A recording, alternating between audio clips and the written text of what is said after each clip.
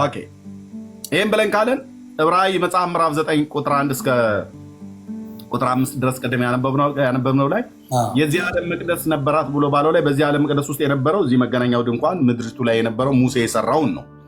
በሙሴ ዘመን የተሰራውን አሁን ይሄ ያነበብነው ዘጸአት መጽሐፍ ምዕራፍ 39 እና ምዕራፍ 40 ላይ የተጻፈውን አይነት እሱ ነው ነበራት ብሎ የሚለው የዚህ ዓለም መቅደስ በመጀመሪያዊቱ ድንኳን ውስጥ የዚህ ዓለም መቅደስ ነበራት ይላል። በዛ ውስጥ ታቦት አለ፣ ወለንተና በወርቅ የተለበጠ መቅረዝ፣ የህብስት ገበታ፣ የዕጣን መሰዊያ፣ እነዚህ ሁሉ ነገሮች አሉ። አሁን ግን ስለነሱ ልናገር አልችልም አለ። ምክንያቱም አዲስ ኪዳን ላይ እነዛን ብሉይ ኪዳን ላይ ይገለገሉበት የነበሩትን ንዋየ ቅድሳት አምጥተህ ያድናሉ፣ ብትነካቸው በዚህ ብትል እንደዚህ ብትል ትፈወሳለህ ምናምን ነገር ብሎ የሚል ስብከት አዲስ ኪዳን ላይ ቅርጻ ቅርጽ አንድም እግዚአብሔር አልፈቀደም። ለምን? አሁን የሚሻል ኪዳን ነው የመጣው። እነዚህ ብሉይ ኪዳን ላይ ቀደም የጠራናቸው ነገሮች በሙሉ መንፈሳዊ ጥላነት ነበራቸው። መንፈሳዊ ጥላነታቸው ታቦቱ ስለ ክርስቶስ ስለ መሲሁ ነበር የሚያወራ የነበረው። መቅረዙ ስለ መሲሁ ነው የሚያወራው። የህብስት ገበታው መጋረጃው ሁሉ ስለ መሲሁ ነበር የሚያወራው። በአንድም በተዘዋዋሪ መንገድ ስለ መሲሁ ነበር የሚያወራው። ኢቨን ጌታችን ኢየሱስ ክርስቶስ በመስቀል ላይ በተሰቀለበት ሰዓት ላይ የቤተ መቅደስ መጋረጃ ከላይ እስከታይ ተቀደደ ይላል አይደል? ሊሆን ኦኬ እሱን ቤተ መቅደስ መጋረጃ የተቀደደው በጌታችን በኢየሱስ ክርስቶስ ሞት ነው። ኦኬ በጌታችን በኢየሱስ ክርስቶስ ሞት ነው። የኢትዮጵያ ኦርቶዶክስ ተዋሕዶ ቤተክርስቲያን እሱ መጋረጃ የተቀደደው በገብርኤል ሰይፍ ነው ትላለች። ያው ሕማማተ መስቀል ላይ ገብርኤል ነው በሰይፉ የቀደደው ትላለች። ገብርኤል በሰይፉ ከቀደደው ምን ማለት ነው? ያ መጋረጃ ትርጉሙ ስላልገባቸው ጸሐፍቶች ዝም ብለው ጻፉት። ገብርኤል በሰይፉ ከቀደደው ምንድን ነው? በውዳሴ ማርያም በተለይ ካህናት ስለምትኖሩ ማለት ነው። በውዳሴ ማርያም የሰኞ ውዳሴ ማርያም ላይ ወሰጠጠ መጽሐፈ ዕዳሆሙ ብሎ የሚለው ቃልን ዜሮ ያስገባዋል ማለት ነው። ገብርኤል በሰይፍ ቀደደ ብላችሁ ካላችሁ በዚህ መጽሐፍት ላይ ሕማማተ መስቀል ላይ ገብርኤል በሰይፍ ቀደደ ብሎ ይላል። ኦኬ እሱ መጋረጃ የተቀደደው በኢየሱስ ክርስቶስ ሞት እንጂ በገብርኤል አይደለም። ቅዱስ ገብርኤል በሰይፍ ሲጀምር ገጀራ ሰይፍ የለውም። እሱ እንደዚህ የሚቆርጡበት ምናምን ነገር ሰይፍ እንደዚህ ገጀራ ሰይፍ የላቸውም። መላእክት የታጠቁት የራሳቸው ኃይል እንዳለ ብናቅም ግን እንደዚህ ገጀራ ሰይፍ ምናምን ነገር የለም። ኦኬ ስለዚህ የቤተ መቅደሱ መጋረጃ የተቀደደበት ትልቁ ነገር በሰውና በእግዚአብሔር መካከል የነበረ የጥል ግድግዳ ነው። በስጋውን ያፈረሰው ማለት ኢየሱስ ሲሞት በስጋው አፈረሰው። ሰውን ከእግዚአብሔር ለይቶ የነበረ ማለት ነው። ስለዚህ መጋረጃው መቀደዱ፣ የህብስት ገበታው በቤተ መቅደስ ውስጥ መቀመጡ፣ መቅረዙ፣ ታቦቱ፣ ቅድስተ ቅዱሳን በውጭ በኩል ያለው አደባባይ ላይ የመታጠቢያው ሰን፣ የነሐስ መሰዊያው፣ የእንስሶችና የፍየሎች፣ የኩርሞች፣ የጥጆች ደም ማቅረብ፣ ይሄ ሁሉ የነበረው እግዚአብሔር ጠርቆ ከመንገድ አስወግዶ በልጁ በክርስቶስ ኢየሱስ አዲስን ኪዳን አቁሟል። ይሆን አዲስ ኪዳን ማለት ነው። አሁን በእኔና በአንተ ቀዥቃዣነት ይሆን ብሉይ ኪዳን ላይ ብንሆን በቀን 40 በግ እንኳን ራሱ እንኳን አይበቃንም። 40 በግ ከየት ነበር የምናመጣው? ለእያንዳንዱ ለተሳደብነው፣ ለእያንዳንዱ ለሰደብነው፣ ለደበደብነው ሁሉ በግ እያመጣህ አሁን ይሰዋልሃል። እጁን ካህኑ የበጉ ጭንቅላት ላይ እጁን ይጭንና ያንተንም አድርጎ የዚህ ሰው በደል የዮኒና የኤርሚያስ በደል በበጉ ላይ ይኑር ብሎ ያርደዋል። እንደ ሕጉ ደሙ ይረጫል። ከዛ ተመልሰን ደግሞ ስንሄድ አሁንም ደግሞ ወይ ሰርቃል ወይ ሰድበነው ወይ እናመነዝራለን። ስንት በግ ነበር የሚበቃለኛ? እኔ ሳስበው እውነቴ ነው የምልህ፣ በእኔ መንቀዥቀዥ ስንት በግ ነበር ላቀርብ የምችለው? እኔ በቃ ቄራ አቀጠር ነበር፣ አልዋሽም።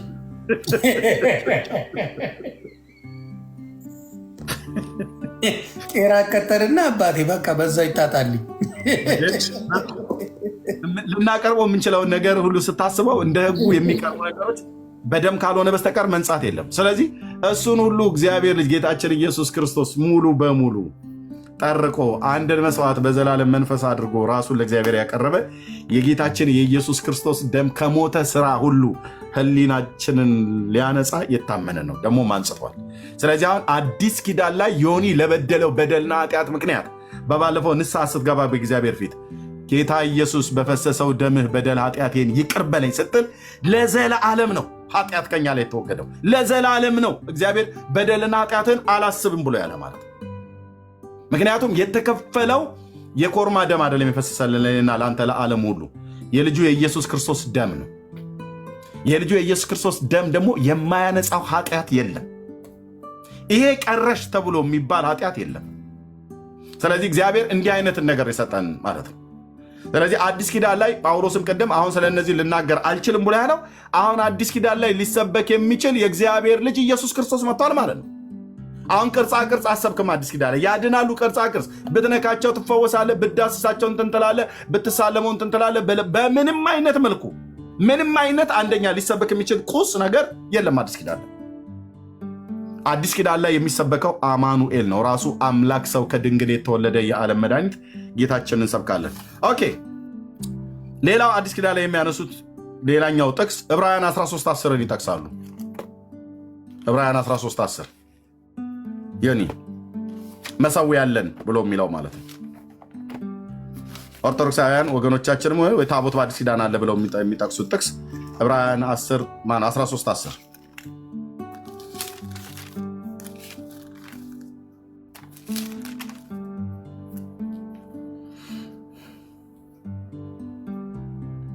መሠዊያ አለን ብሎ ከሚለው ጀምረው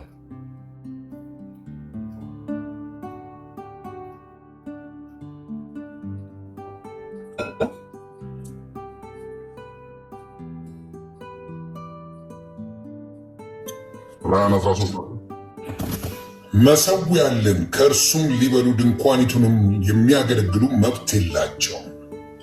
ሊቀ ካህናት ስለ ኃጢአት ወደ ቅድስት የእንስሶችን ደም ያቀርባልና ስጋቸውን ግን ከሰፈሩ ውጪ ይቃጠላል። ስለዚህ ኢየሱስ ደግሞ በገዛ ደሙ ሕዝቡን እንዲቀድስ ከበር ውጪ መከራ ተቀበለ። እዚሁ ጋር መልሳለሁ። እዚሁ ጋር ተናገረ። ሌላ ቦታ እንኳን አላሯሯጠንም። ክብሩ ይስማ። እዚሁ ጋር ነገረ።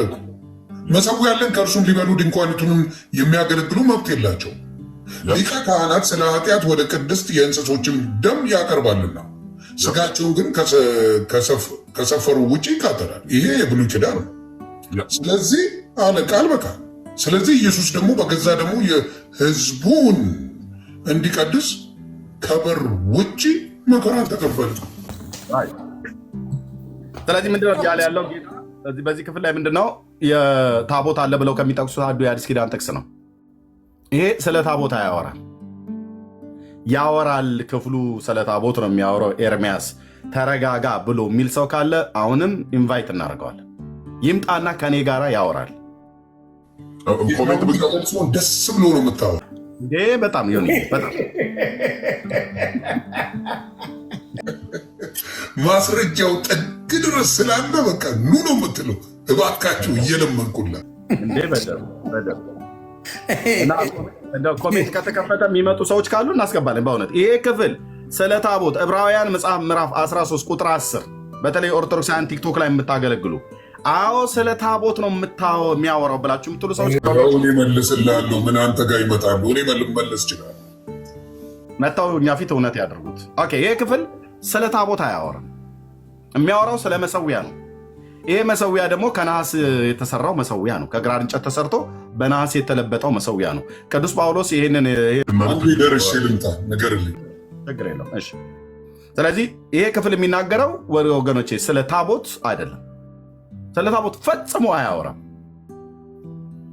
አያወራም። ታቦት የሚባል ነገር እዚህ ዕብራውያን 13:10 ላይ አይናገርም። ታቦት ሲጀምር መሠዊያ ተብሎ ተጠርቶ አያውቅ። የለም ወንድሞች ናቶች፣ የሌለውን ኬት እናምጣው? የለም። ታቦት መሠዊያ ተብሎ ተጠርቶ አያውቅም። መሠዊያ ነው። የዕጣን መሠዊያ እና የእንስሶች ደም ደግሞ የእንስሶች ስጋ የሚሰዋበት የነሐስ መሠዊያውና የዕጣን መሠዊያ አለ። ታቦት መሠዊያ ተብሎ ተጠርቶ አያውቅም። ታቦት እንጂ መሠዊያ አይደለም።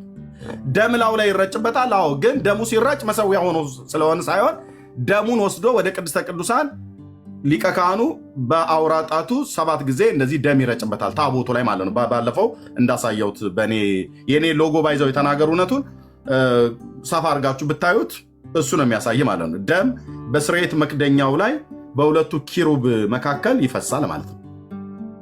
እና እዛ ቦታ ላይ ደም የእንስሶችና የኮርማዎች፣ የፍየሎች፣ የጥጆችን ደም ሊቀ ካህኑ ሊቀ ካህን ስለ ኃጢአት ወደ ቅድስት የእንስሶችን ደም ያቀርባል ይላል። ወደ ቅድስት ማለት ወደ ውስጥ ከመጋረጃው አልፎ ታቦቱ ባለበት ላይ ወስዶ ይረጨዋል። እንደ ሕጉ ማለት ነው፣ እንደ ሕጉ እንጂ ታቦት መሰዊያ ሆኖ አያውቅ። መሰዊያ ሁለት መሰዊያ ነው ያለው። አንድ የዕጣን መሰዊያ፣ ሁለት የነሐስ መሰዊያ። የነሐሱ መሰዊያ ላይ የታረዱ እንስሶች ስጋቸው ከሰፈር ውጭ የሚቃጠልበት ነው። የዕጣን መሰዊያው ደግሞ ቤተ መቅደሱ ስትገቡ ፊት ለፊት ላይ ወደ ቅድስተ ቅዱሳን የሚወስደው መጋረጃው ጋር ከመድረሳችሁ በፊት ፊት ለፊት ላይ እዚህ ጋር ቁጭ ብሎ የሚያገኝህ የዕጣን መሰዊያው ነው። በቀኝ በኩል የህብስት ገበታ አለ፣ በግራ በኩል መቅረዝ አለ። ከውጭ የመታጠቢያ ሰንና የነሐስ መሰዊያ አለ። በመጀመሪያ ወደ ድንኳኑ ግቢ ወደ አጥሩ ስትገባ የነሐስ መሰዊያው ፊት ለፊት ታገኘዋለህ፣ እንስሶች ታርደው ስጋቸው የሚቃጠልበት። ከእሱ አለፍ ስትል የመታጠቢያ ሰን ወይ ደግሞ ውሃ የሚይዝበት ካህናት እግራቸውን የሚታጠቡበት፣ ወደ መቅደስ ከመግባታቸው በፊት ካህናት እግራቸው የሚታጠቡበት አለ። እሱን አለፍ ስትል ወደ ቅድስት ትገባለህ። ቅድስት ውስጥ ፊት ለፊት ላይ ቅድም ያልኩ የዕጣን መሰዊያው እዚህ ይጠብቃል። ከእሱ ወደዛ ቀጥሎ መጋረጃ ነው ያለው። ፊት ለፊት ላይ የዕጣን መሰዊያ አለ። በስተቀኝ በኩል የህብስት ገበታ አለ። በግራ በኩል መቅረዝ አለ። ያንን የፊተኛውን ፊት ለፊት ላይ ያለው መጋረጃውን ስትከፍት ከታቦቱ ጋር ትገናኛለህ ማለት ነው። እንዲህ አድርጎ ነው ጌታ የሰጠው። ስለዚህ ይሄ በዕብራውያን መልክ መጽሐፍ ምዕራፍ 13 ቁጥር 10 ላይ የተጻፈው ታቦት አይደለም። መሰዊያ ብሎ ሲል ውጭው ያለውን ነው ቅዱስ ጳውሎስ እየተናገረ። መሰዊያ ያለን ብሎ ሲል የትኛው መሰዊያ ነው? የነሐሱን መሰዊያ ነው። ኖት ታቦት። ታቦት መሰዊያ ሆኖ አያውቅም። እኔ ከየት እንደመጡ የማይታወቁ ሰዎች መጥተው ታቦት መሰዊያ ነው ብለው ሲሰብኩ በጣም ነው የሚያስቀኝ። አዲስ ኪዳንም ላይ ታቦት መሰዊያ ነው ብሎ የሰበከ አንድ ሐዋርያ የለም። አንድ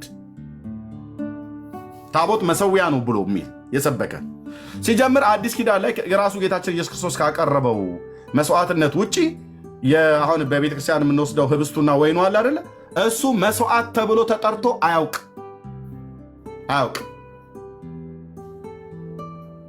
አያውቅም ወገኖች። መስዋዕት ተብሎ ተጠርቶ አያውቅም። ምን ህብስት ምን ነው የምሰዋው? መስዋዕት የሚባለው ስለሚታረዱ እንስሶች የተነገረ ቃል ነው።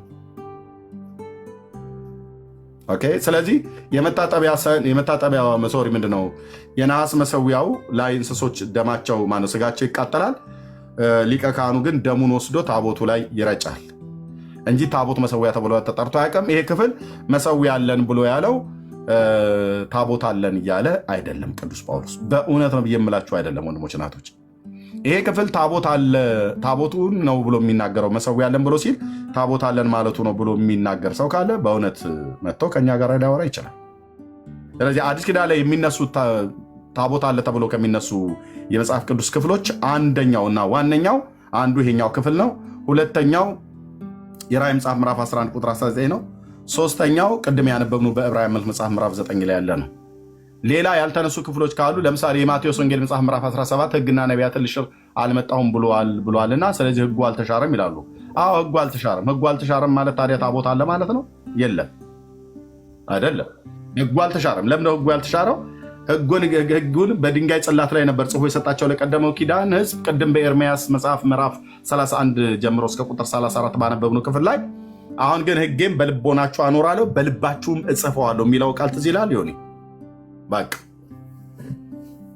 ስለዚህ ሕጉ የተጻፈበት ነገር ላይ ካለው ውጪ ያለ ሌላ አለ ተብሎ የሚባል መጽሐፍ ቅዱሳዊ ያልሆነ ታቦትና የታቦት አገልግሎት ነው ማለት ነው። መጽሐፍ ቅዱሳዊ ያልሆነ ማለት እግዚአብሔር ባል አገልግሎትና የአገልግሎት ስርዓት የአብርሃም አምላክ ጌታ እግዚአብሔር ምስክር ነው። የለም። ጥቅሙስ ምንድን ነው? አሁን እኔ የምጠይቀው የቤተክርስቲያኑ ታቦቶች አሉ። የቤተክርስቲያኑ ማለት ጥቅሙ ምንድን ነው? እስቲ ንገረኝ። ጋር አብረን ስንቀድስ እናየዋለን። የለም አድራለሁ ብሎ ያለው በእኛ ነው፣ በክርስቶስ ኢየሱስ በሚያምኑ ሰዎች ጌታን ሲቀበሉ የእግዚአብሔር እሱ እንደዚያ የለም። ነቱንና በቀደመው ኪዳንና በአሁኑ በሁለተኛው ኪዳን በአዲሱ ኪዳን ውስጥ ያለው ልዩነት አታውቅም። ይህንን መጽሐፍ ቅዱስ ግን ስታነብ በቀደመው ኪዳን እግዚአብሔር ያደረገውን እንደዚሁም በአዲሱ ኪዳን ደግሞ እግዚአብሔር ቅድስት ድንግል ማርያም ምን እንዳልኩ ስማዝ በዛ ጸጉሬ ምንም ማየት ትችላለህ። ገና አላደገ ነበር ሳይሆን እሱ ለፈጠራቸው ሽንጣ ውስጣችሁን ገትራችሁ ያዙ ይልቀቁኝ የምትሉት?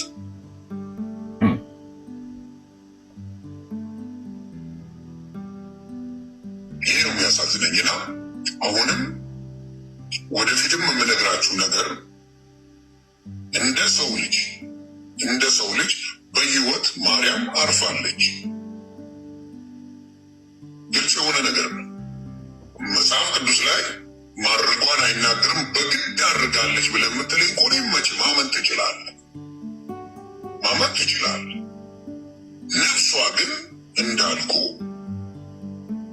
ቅድስት ስለሆነች ከሴቶች መካከል የተለየች ስለሆነች ነፍሷ በገነት አለ። ያንን እነግርሃለሁ። በስጋ እመቤታችን አርፋለች። በስጋ ይሄንን ላለመቀበል ስትዳክር ስትውል የሌለ ነገር ውስጥ እንደምትገባ እርግጠኛ ሆኜ እነግርሃለሁ። ስትዳክር ብትውል የውሸት ትምህርት እየተማርክ ነው። ይሄን ነው ቃል በቃል የምናገረው። በፊትም ነው ማወራ። እኔ የማምነው መንገድ እውነተኛ ነገርን እያመጣው በድፍረት የምናገርበት መንገድ ለምን መሰለ? ከጌታ ጋር ለማመቻመች የሚፈለግ ነገር አለ።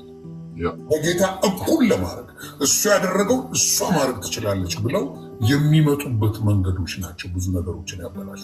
እኩል እሱ እንዲያደርገ ለእሷ፣ እሱ እንዲያደርገ ለእሷ፣ እሱ እንዲያደርገ ለእሷ የሚባለው ነገር እኩል የመውሰድና አሁን 16ቱ ቀን የሚጾመው አድርጋለች ብለው አምነውበት ነው።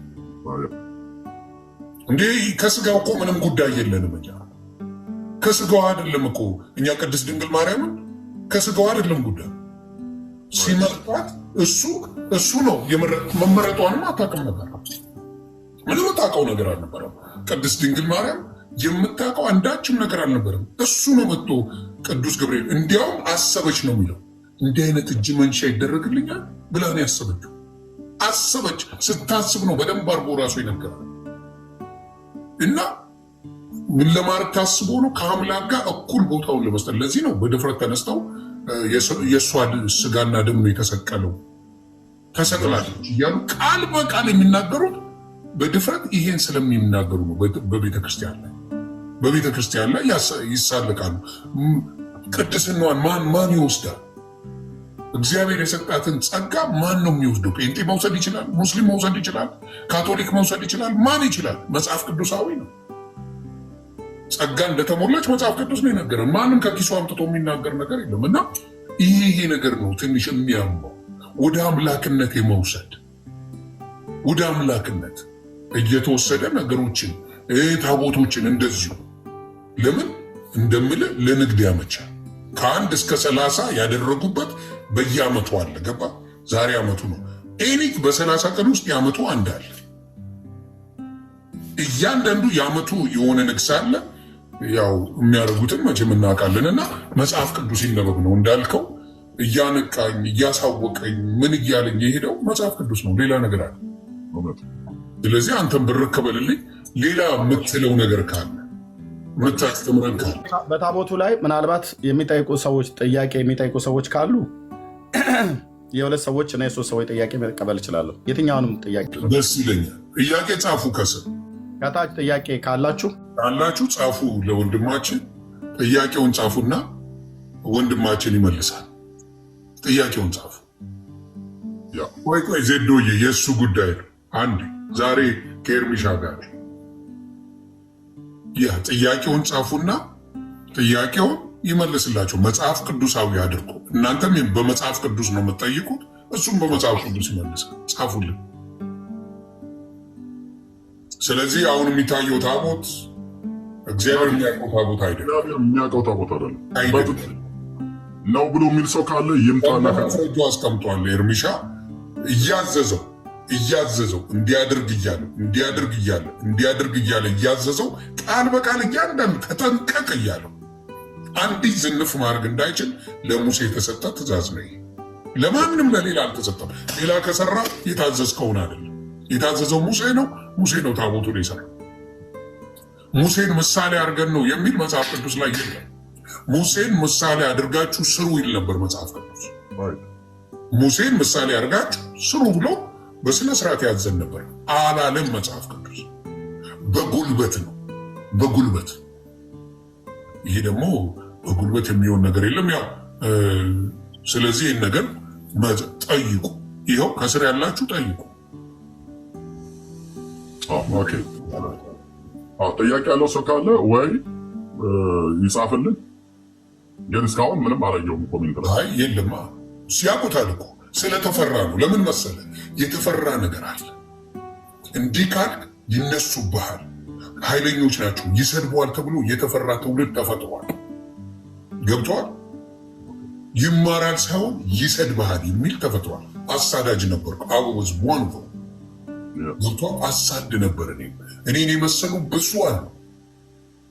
እንዴ ቃል በቃል አለ የጎላ ልጆች የቄራ ልጆች ምን እየሰራችሁ ነው እየተባለ የሚነገር ፊት ለፊት ነው የሚናገሩ። ችግር የለባቸው። እስቲ እንዲህ ተናግሯል። አሁን ለምሳሌ ተክልዬ ለእኔ አልተጠረጠረም፣ አቡነ ተክለ ሃይማኖት ለእኔ አልተጠረጠረም አለ ዮናታን። ምንድን ነው ስጠት? ለጴንጤ አልተጠረጠረም። ካልሆነውን ነው ብላችሁ እመኑ። በጉልበት እናሳ አትችል። የአሁኑ ትውልድ አይሰማ፣ ማንም አይሰማ። ለእኔ ብሎ የሚያደርግ አንድ ሰው የለም። የራሱን ህይወት ለማቅናት ነው የሚያደርገው። ስለዚህ ለጴንጤና ለሙስሊም ተጠርጥሯል እንዲና ኦኬ። ምንድነው ኮሜንት ሰብስክራይብ ኦንሊ ነው ይላል እዩ። ቀይረውት። ኦኬ ሶሪ። ይኸው ይቅርታ። ታንኪዩ በጣም ይቅርታ። አሁን መጽሐፍ የምችሉ መጽሐፍ ትችላላችሁ። አሁን ተከፍቷል። እሺ ቅዱስዬ፣ እሺ አላየነውም ነበር። በጣም ሶሪ። ይኸው በጣም ይቅርታ። ይኸው አሁን አለ። አጠር አድርጎ ኮለል አድርጎ ነው። የአዲስ ኪዳን እንኳን ታቦት ከባድ አልነበረም ለመናገርም። የተወሰኑ 3-4 ቦታዎች ነው ያሉት። አያስቸግርም ያቺን ለመናገር። እነሱ ሌላ አለ ብለው የሚሉት በአዲስ ኪዳን መጽሐፍት በ27 ውስጥ ታቦቱ በአዲስ ኪዳን እንዲቀጥል እግዚአብሔር አድርጓል ብለዋል ብለው የሚሉት የሚልም የለም። አሎሽ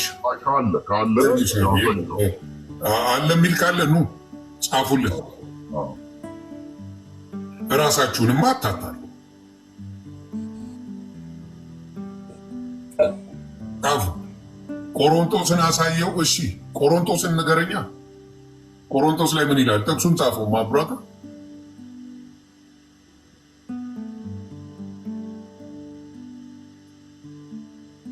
የሞተ ብሎ የሚለው ነው የአገልግሎት ስርዓት።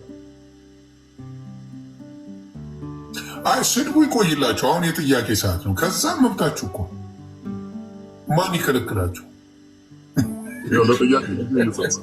አሁን አንድ ጥያቄ ጠየቀ የለም የሚሳደብ እና ስድቡማ ይደርሰ የት ሄዳል? በየቀኑ ነው የምትሰድቡን አይደል? ችግር የለውም እኮ ጥያቄው ይጠቅማቸዋል። እናንተም ለማስረዳት ጥሩ ነው። እሺ ምንድነው? እኔም እያየው ነው። አይ የሚጠቅም ነገር ሙሉ ሸዋ የምትባለው እህት አስገቡኝ እያለች ነው። አይ ሙሉ ሸዋ ሙሉ ጎጃም ስትሆኚ ትገቢያለሽ እናቱ። ችግር የለውም። ጻፊ ነው ያልኩሽ እናቱ። አይ እንዲህ ርቦኝ በዚህ ወጥቼ ምናምን ለማለት እንጂ ለዚህ ጉዳይ አለ። አውቀዋለሁ። ወይ ሙሉ ጎንደር ስትሆኚ አስገባሻለሁ እናቱ። አታስብ። ጻፉ እንጂ ጥያቄ ያለ ጻፉ እንጂ።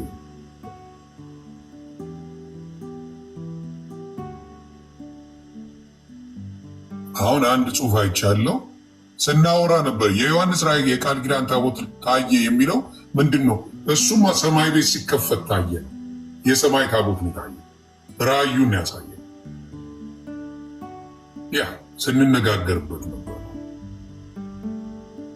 ዘግይቶ የመጣ ሰው ነው ማለት ነው። ያ እሺ እንጠብቃለን፣ ትንሽ እንጠብቃለን። ቤተሰብ ተባረኩ። እሱ አይደል እንዴ? ይኸው እዚህ ጋር ያለውን አንዱን ሚውት ላድርጉ። የጥላቻ ንግግር ነው ብሎ አንዱ ይጽፋል። የተረገሙ ሰዎች እንደዚህ ናቸው። የተረገሙ በቃ እግዚአብሔር የጠላቸው ሰዎች የክፋት መንገዶች መልስ ከሌለ ጥላቻ ይመስላል። መልስን ይዘና ጠይቅ እየተባለ ጠይቅ እኮ ነው ያለው። ጠይቅ የፈለጋችሁትን ከብሉይ ከአዲስ የፈለጋችሁትን ጠይቁ። የለም ከየት የተነበበ ይጠይቅ። ቆይ ፊራ ና ግባ። አንተማ ጥሩ ነው እንዲሁም ና አንተማ ቤት ነው። የእኔ ጥያቄ ላል ገብታ አትጠይቅም? እንደ የእኛ ፊራ ነው የእኛ ፊራ የእሱን ጥያቄ ስታሩ ገብታ አትጠይቅም? ጥያቄ እግዚአብሔር ያብዛችሁ እያልኩ እኮ እግዚአብሔር ያብዛችሁ እያልኩ ነው። ጥያቄው እሱ ነው።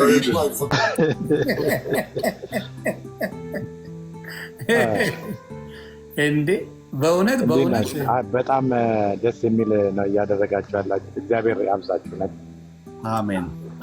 መደረግ ያለበት ፊራ እያየ ሰው የጥላቻም እንዳልሆነ የተንኮል እንዳልሆነ የምን እንዳልሆነ ገባ እንዲያውቀው ከክፋትም እንዳልሆነ መጽሐፍ ቅዱሳዊ እንደሆነ ከመጽሐፍ ቅዱሳዊ ውጭ አንድም ነገር ኤርሚሻ የሚለው ነገር እንደሌለ ወይም ከራሳቸው መጽሐፍ ውጭ ራሳቸው ካሳተሙት ውጭ ምንም ነገር እንደማይነገር እንዲታወቅ ስለተፈለገ ይሄ ደግሞ ሊያቀያይምም ሊያሰዳድም ሊያኮራረፍም አይገባም። ያንን ነው።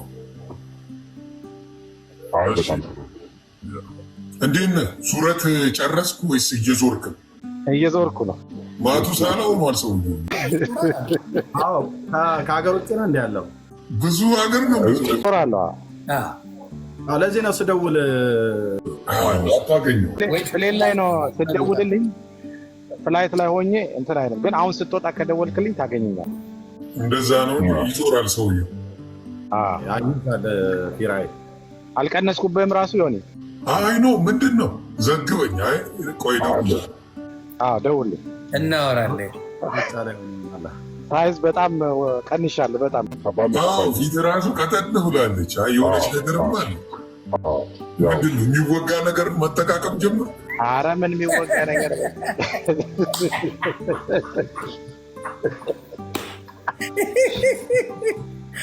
እጅ ጭኜ ጸለይኩ፣ ተወገደ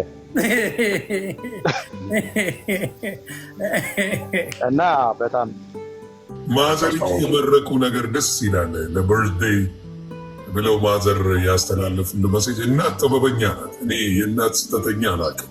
የእናት ጥበበኛ ነው የማውቀው። እና በጣም ደስ የሚል ነገር ነው። ውስጥ እንዲሰማ ያደርጉ ደስ ይላል።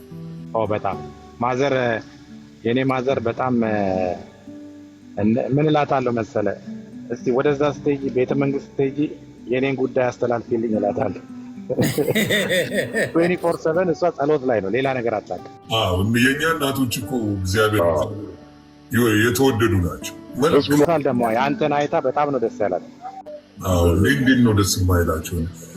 ከላስላስ አውጥቶ ጌታ እንዲህ ለመመረቅ ለመባረክ ወንጌል ለመማር ላበቃኝ ጌታ እንዴት ነው የማይደሰቱ?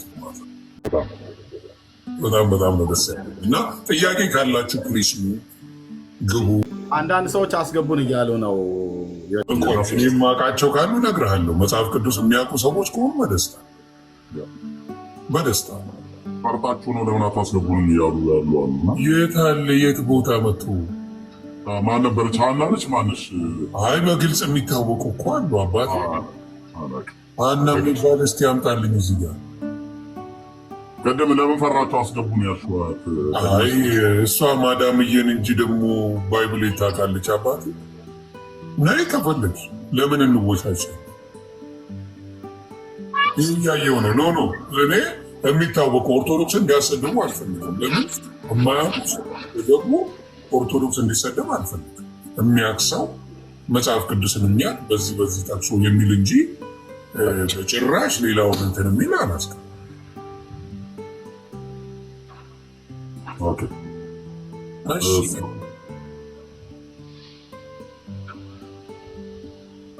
ፎሎ ሚ ባክ የሚል ልጅ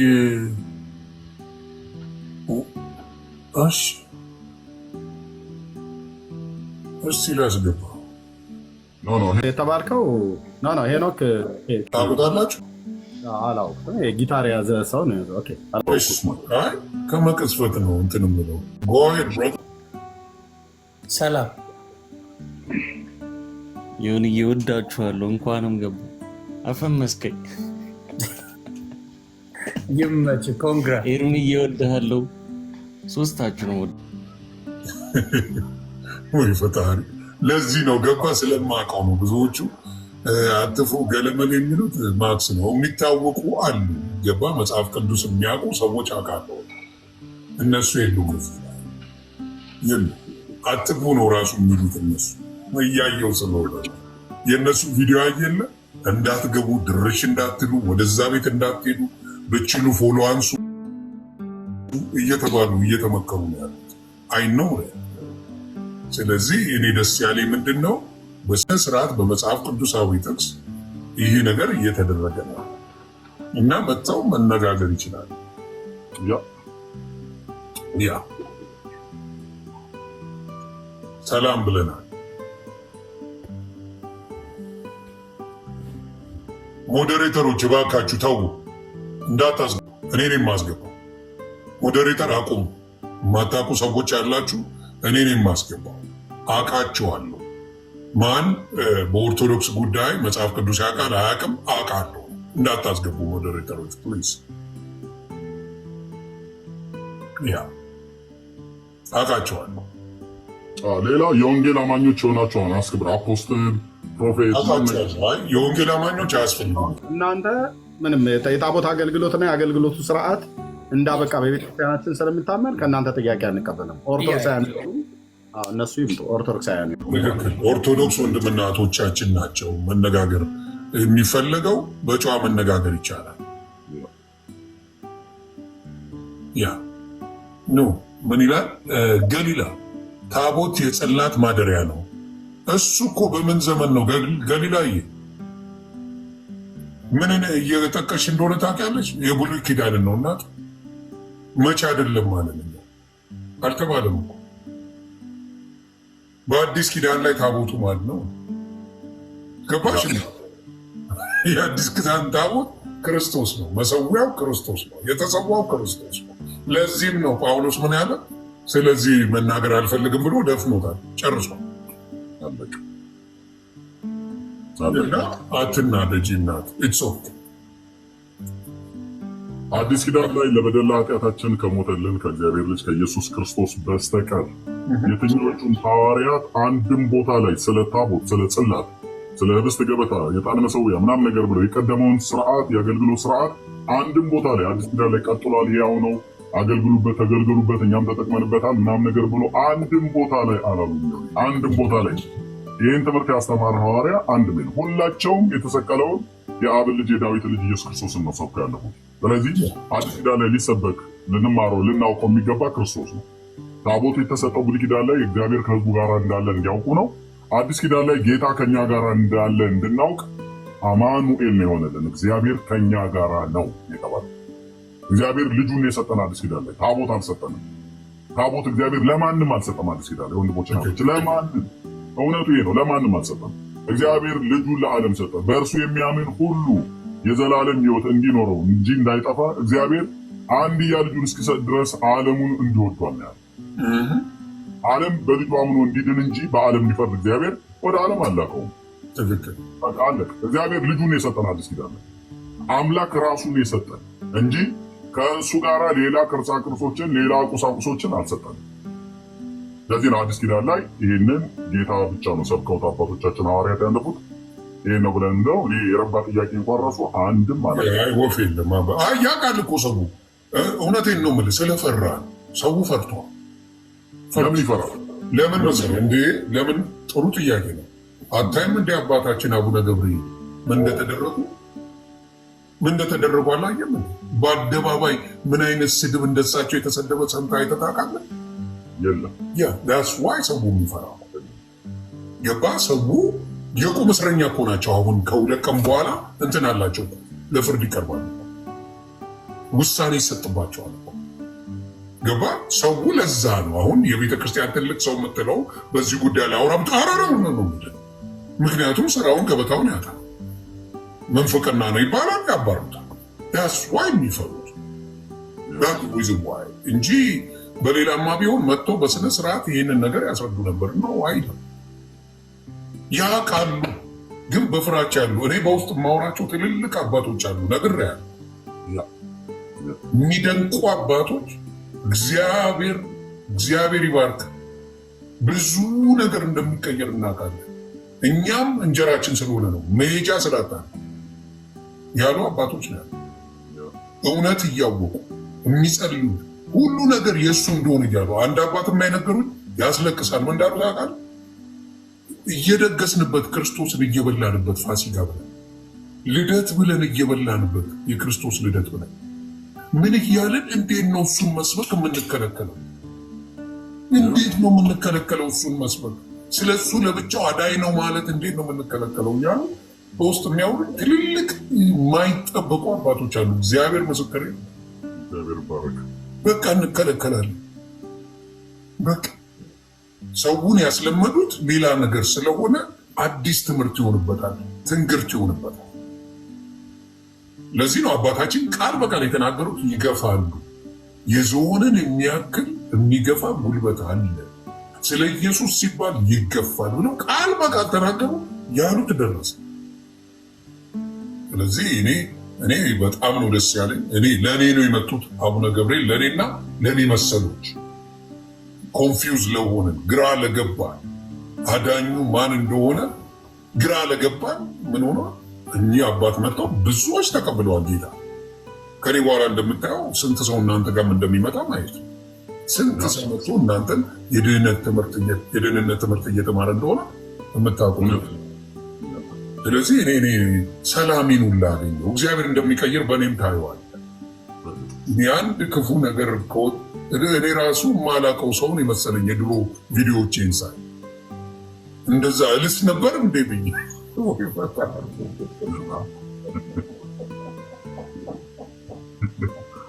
የሰውን ህይወት ካልቀየረ በስተቀር ማን ይቀይረዋል? የሚቀይረው እግዚአብሔር ብቻ። በእውነቱ ነው። እግዚአብሔር የሚቀይር አምላክ ነው። እኔ ገርሜ ነበር የፊራ ነገር እለው ነበር። ይኸው ፊት ለፊት ነው። አንተ እንደዛ የተናገሩ ጋር እንዴት ነው? እኔ አልችልም። ማንንም መቀየም አልችልም። ውስጤ በክርስቶስ ነው ያለው። አልችልም። ይኸው ፊት ለፊት ብፈልግም አልችልም። እኔ አይገባኝም። እኔ ለጠላቴ ብዬ የምለውን ትሰማለህ። አልችልም። በቃ የመጥላት መንፈስ ውስጤ አይኖርም። ይሄ መባረክ ነው። የማይቻለውን የሚያስችል ጌታ እንደ ፊራ እኮ ነፍሴ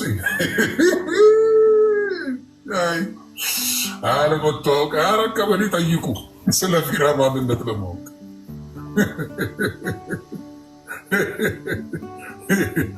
ጋንግስተር የነበረ ወንድም ነው አባቴ። ዛሬ ላይ አድርገው ቀበሌ 24 ነበር ፊራ። ቦሌ 24 ሰፈር ሩዋንዳ የነበረ ሰው ነው። የሚፈራ እኮ ነው በጣም ቁጥር አንድ የተባለ እናቱ ወደቹ ቀና ብሎ የማያዘው ነው። ቀበሌው የሚፈራ ነው። እና ግን እንዳለ ተደባዳቢ ነበር በጌታ ከመሆኑ በፊት። ኧረ ዘግበው ፊራ ዘግብ፣ ፍታና ዘግብ። ይህን አላውቅም። አልደባደበ ኧረ ጸልይላቸዋል። ቀስ ብለህ ነው ጸልያለሁ እንጂ አልደባደበ። ኧረ የሆኒተው ጌታ ሲሆን ማንም አላመነው። እግዚአብሔር ለቢዝነስ ነው የተባለ። ያ ሁላችንም አንተም እንደተባልከው እኔም ሁላችንም ለቢዝነስ ነው ወደ ጌታ የመጣው እንጂ በታምር ፍራውን ለእንትን አይደለም ተብሎ ነበር። ምክንያቱም የሚያውቁት ፍራውን ሌላ ነው። ክለብ ላይ ቪአይፒ የሚያዘጋ ምናምን አይነት ሰው ገባ። እንደዛ አይነት ሰው ነው እንግዲህ ከዛ ጭፈራ ከዛ አንቱ ከተባለ ገለመሌ ምናምን ተወጡ። አላመኑትም ጀለሶች። ላገባ እኮ ነው በእናትህ አሁን ሽምግልና ሊሄድ ያለ ሰው የድሮ ታሪክ ነው። ወዝሮ አይተህ መሆኑ ደስ ይላቸዋል። ለምን መሰለህ አሁን እግዚአብሔር ምን በፊት እንደዚህ ተሰድቤ መዝም ምን ሰው አይደለም። ዋው ተሳድቦኝ አይደለም እንዲህ ገልምጦኝ ራሱ እንደዚህ ካየኝ ራሱ ለምንድን ነው ያየኝ ይላሉ። እና የትም ሀገር ኖር አመጣለሁ፣ የትም የፈለከው ሀገር። ጠብ ያለሽ በዳቦ ነው። ግን አሁን ጠብ ያለሽ በዳቦ ሳይሆን አልጣላም። ግን ሰው ይሄ ባውንደሪ አለኝ። ዝም ብሎ ሰው ሲናገረኝ ምናምን እንደዚህ እየሰደቡኝ ምናምን እንዴ አልናገ አሁን እንደዚህ ራሴ ስቄ ነው ዝም የምለው። እንዲህ ተሳድቦኝ ከፍ ዝቅ አድርጎ ሰድቦኝ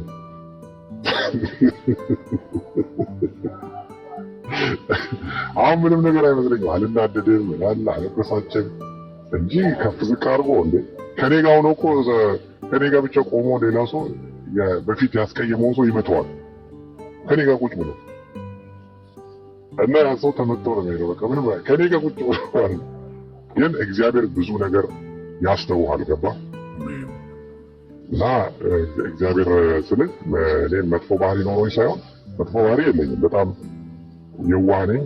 ከማንም ጋር አልጣላም። ግን ባውንደሪ አለኝ። ያንን ባውንደሪ እንድታልፍ አልፈቅድም።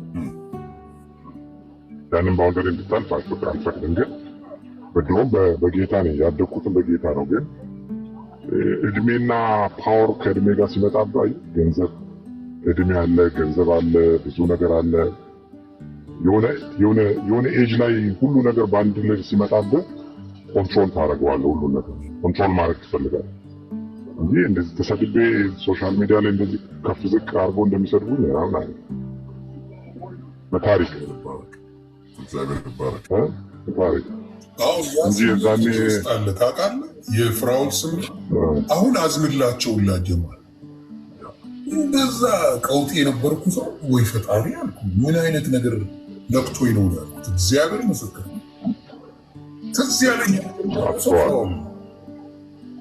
ትዝ ያለኝ ምክንያቱም አውርተናል። እንዴት እነዚህ ሰዎች ጋር መልሰህ ትነጋገራለህ? እንደዚህ 6 ወር 1 ወር ዓመት 2 ዓመት 3 ዓመት ሙሉ ስለአንተ እንዲህ ብለው ፋብሪኬት አድርገው የሚያወሩበት እንዴት ስለ እኔ ምንም አይመስልም።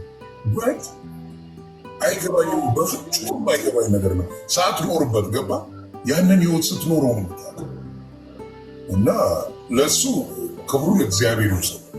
አሁን ማናቸውንም ሰዎች በክፉ አለ። ይሄ እግዚአብሔር ድንቅ እንደሆነ አይቻለሁ። አም ሶ ሃፒ ማን። በጣም የሰውን ህይወት የሚለውጥ እግዚአብሔር ነው። እንግዲህ የትናንትና ማንነታችንን ፈልገን እንድናጣው በውስጣችን ያደረገ ጌታ መንፈስ ቅዱስ የሰውን ህይወት ሲነካ ትናንትና ታድርገው የነበረውን ነገር ዛሬ በጌታ ከሆንኩ አለማድረግ ስትል ያንን አቅም ኬት አገኘው ብለህ ብትል የአቅምህ ምንጭ ያንተ ጥበብና ኃይል ሳይሆን ያንተ ማስተዋል ብቻ ሳይሆን የእግዚአብሔር መንፈስ እርዳታ፣ አቅምና ጉልበት ጸጋውን ሲሰጥህ ትናንትና ተሳደብ ከነበረ ዛሬ እንዳትሳደብ አድርጎ ማለት ነው። ለዚህ ነው አሁን ባለፈው ቀናቶችን ቁጥር ነበር እስከዛሬ ድረስ አልተሳደብ ብለህ ማለት ነው። እንዴት አሁን ስንት ቀን ሆነ? ወር ነበር ዛሬ 19 ነው 20 እንደዚህ አይደለም። አንድ ወር አይደለም 1 ሳምንት ሳትሳደብ የኖርክበት ጊዜ ነበረ የምታስታውስ? ኖ ጠዋት ሆኖ ከሰዓት አልችልም። የምን አንድ ሳምንት ከሰዓት አልችልም። ይቀልዳል። ጠዋት ላይ በሰላም ካወራሁ ከሰዓት ላይ ላስላሳ ይቀልዳል። እንዲያውም በፊት የማስታውሰው ውዱድ ነጠላ ለብሼ ጋቢ ለብሼ ይማርና ከሰኞ እስከ ቅዳሜ ላስላስ ወይ አንዴ ቀን ስትማሩ ለማታ ስትራገጥ ያስተቀኝ ይሰሩ ቀን ሲያስተምር ነው ያለው። ነጠላ ለብሶ ምናምን ሲያስተምር ማታ ላይ ገብቶ ውሃውን ይዞ ቁጭ ብሎ ይቀጥላል። እንዴ ይቅር በለኝ። ግን እኔ የገረመኝ ነገር ኤርሚ ዮኒ በአካል ስታገኘው እኔ ራሴ ግራ ገብቶኝ ነበር። በአካል ሳገኘው ሌላ ሰው ነው በታሪክ ላይ መጀመሪያ ቀን ሳገኘው አየሁትና ባህሪው ምናምን አይ መጀመሪያ ቀን ስላየኝ ይሆናል ብለህ ዝም አልኩ። 2 ቀን አየሁት፣ 3 ቀን አየሁት። በቃ ትህትናው ምናምን ወሬዎቹ እኔ እንደውም የሆነ የሚጠጣ ምናምን ነበር የሚመስለው። በጊዜ ነው የሚገባው ወይንም አይጠጣ አልኮል ነገር አይቀምስ ምን አይል እና ገርሞኝ በጣም ገርሞኝ፣ አንተ ግን አልኩት ጌታ ልብን ይፈልገዋል አልኩት። አትላንታ ልብህን አልኩት ጌታ ይፈልገዋል። ያንተ ልብ በቃ ለጌታ የሚመች ልብ ነው ያለ አልኩት። እና ስትመጣ ተነስቶ ሁሉ ሰዎች ማቃቸው ሰዎች እንደዚህ ስለሆነ ሲሉ ቁጭ ያደርጋቸዋል። እኔ ሂዶ ወንበር ይወስዳል ራሱ ምናምን በቃ ይሄ ልቡ በጣም አሪፍ ልብ ነው ያለውና አንደበትህና ፐርሰናሊቲ አይገናኝም አልኩት። በታሪክ አይገናኝ። ከዛ እንደገና ሲያትልም ተገናኘን። በቃ ለሰው ደግሞ ሟሽ ነው ይጣላል ራሱ ማለት ነው። ለኔ ጉዳይ እሱ ይጨቃጨቃል። የሆነ መስሪያ ቤት ሄደን እና እኔ ገብቷል ሰውየውን ላለማስቀየም ቀስ ብዬ ነው የማወራው። እንዴ መብት እያለ ቀስ ብለህ ታወራለህ እንዴ ምናምን ብሎ እሱ ባለ ጉዳዩን ቁጭ ይጨቃጨቃል። ነጩን ሰውዬ በቃ አስደንግጦት እኔ ዝም ብዬ ነው ማለት ነው የሆነ ምናምን ብዬ ዝም ብዬ ነው ማለት እና ሰውየው ራሱ ባለ ጉዳዩ እሱ አንተ ነህ ባለ ጉዳዩ አለው። አዎ እኔ ነኝ ወንድሜ ነው አለው። ገብረ መሰለህ ትህትና ሲኖር አንዳንዱ አድቫንቴጅ ለመውሰድ ይሞክራል። በተለይ እዚያ ጋር ትህትናህን እማታውቅ ይመስላችኋል። ትህትና ሲኖር ምን ሲኖር አንዳንዴ ኤፕ የሚሉት ነገር አለ። እሱ ደግሞ በባህሪው አይ ቲንክ ያ ነገር ጠፍቷል። ይህ ትዕቢት የሚባለው በውስጡ የለም፣ የለም፣ በፍጹም የለም። እና እኔ ደግሞ የዛ የጓ ዘመን ነኝ ገባ አጣደፍኩታ ሰውዬው ግራ እስኪገባው ላበላው እኔ አስታራቂው መሀል ገብቼ እግዚአብሔር ምስክር ጉዳዩ እኮ የኔ ነው። አጣደፍኩት እንጂ ታውቃል የለም ጉዳዩ የኔ እኮ ነው። እሱ ጠረጴዛ እየመጣ ይበሳጫል። እኔ በቃ ሳቄ መጥቷል። እንዳልስቅ ሰውየውን እንትን ብሎታል። ሰውየው ደንግጦ በቃ ያስቀመጣቸውን ነገሮች እያመጣ ያሳየው ወጣ በኋላ ምን አለ ይሄ መቼም ይህን ሰውዬ በምን ቀን ያገናኘኝ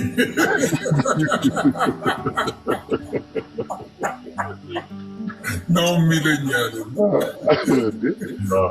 በሰላም እኮ ሄድ ነው እና አንድ ጉዳይ መስሪያ ቤት ነው የገባ ነው እና ሰውየው ቢሮ ያምራል። ቁጭ ብለን እያወራን ትቶታል ኬዙ ጉዳዩን በቃ ቁጭ ብሎ ያወራል ሰው ሰውየው እኔ አያየና እኔ በትትና ነው በቃ ቀስ ገንዘብ ከፍያለሁ ምናምን ቀስ ብዬ ነው የማወራው። ዮኒ ወዲያው ተቀይሮ ቁጭ አለ። ቆይ እኔ ነኝ የማናገረው ተው አንተ አለኝ። አይ ቆይ ዮኒ እንደዛ አይደለም አልኩት። ከዛ ሊለቀው ነው መጨቃጨቅ ጀመረ። እኔ ገላጋይ ሆንኩ። ባለ ጉዳዩ ገላጋይ ሆኜ ዮኒ ምጣልኩት። ግን ሰውየው ወዲያው ጨራረሰለት። አዎ አንደርስታንድ አደረገው። ትክክል 2 ወር ምናምን 3 ወር የሚፈጀውን ነገር የሱ በቃ ሁሊያሽ ነበር። እግዚአብሔር ምስክር ሃርድ ሰታው ማለት ነው። አዎ ግድ ይላል። ዋት እያልኩ ተምኒ ዘውጅ ቦሱን እኮ አስመጣው። ይኸውልህ ዋናው ሰውዬ አስመጣው። ዋናው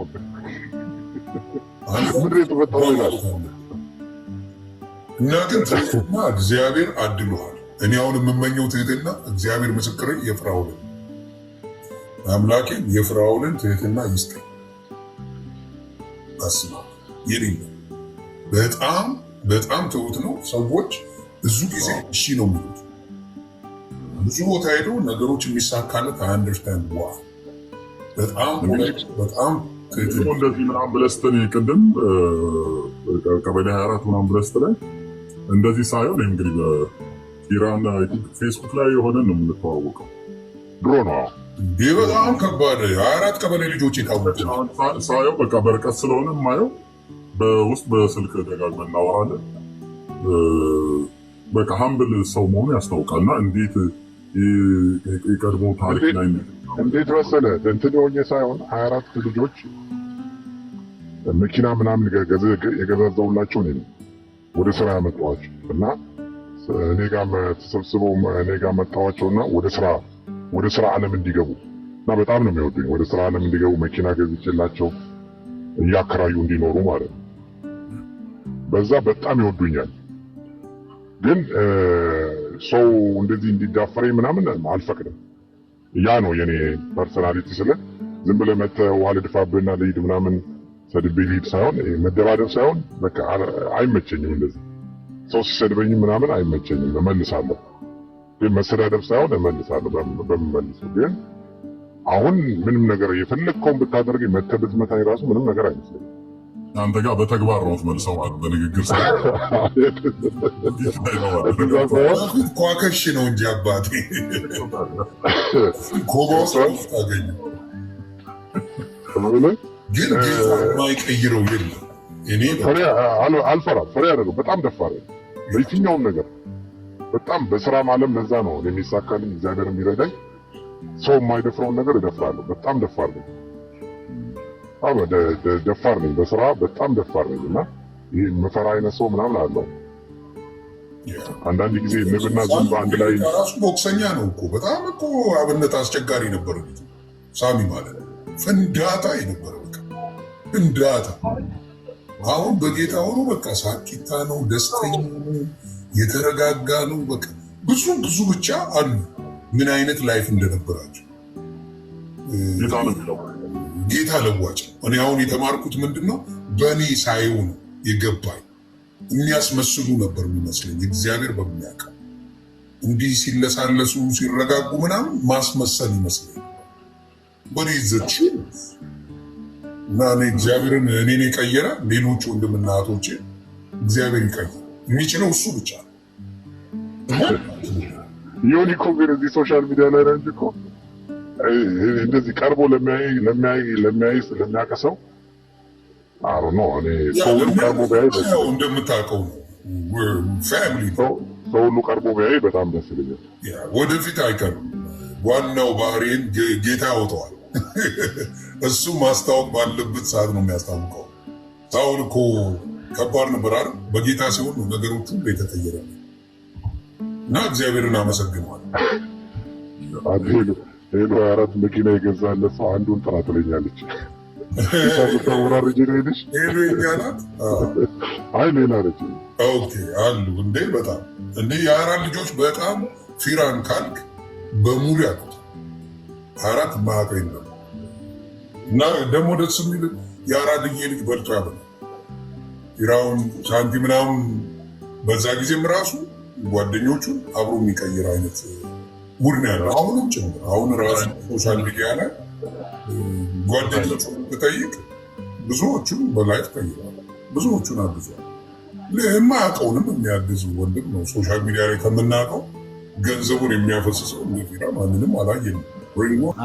ኧረ ቆይ አንዴ የአንድ የማስታወቂያ ነገር እንዴ ኤርሚ ወንጌል ትምህርት የት ነበራችሁ ወንድሞች? 10 ዓመት አንድ ቀን ፈታ ቢልኛ ጋር ለአንድ ለ30 ደቂቃ እንኳን አልመጣ 15 ደቂቃ ነው። ኤርሚ ወንጌል ይሉኛል። ኤርሚ ወንጌል ኤርሚ ትምህርት ወንድሞች እስቲ ኧረ ሌላ ህይወት አለው እኮ ኤርሚ ተው እንጂ ማህበራዊ ህይወትም አለው። የተራሱ እኮ አንዳንድ የግብዣ ቦታ ሄዶ እየበላ እየጠጣ ይጫወት ነበር። ታዲያ በርግ ቤት ያለቅስ ነበር እንደ ጌታ ኢየሱስ ክርስቶስ ብቻ ፈታ ይበል እንጂ አንዱ ያለውን ሰምታችኋል? ሲደንስ ተያዘ በጌታ ነው። ሲደንስ ተያዘና እንዴ ያሉት እየደነስክ ነው እንዴ? ቃና ዘገሊላ እኮ ጌታ ክብ ሰርቶ ሲደንስ ነበር። አላነበባችሁ?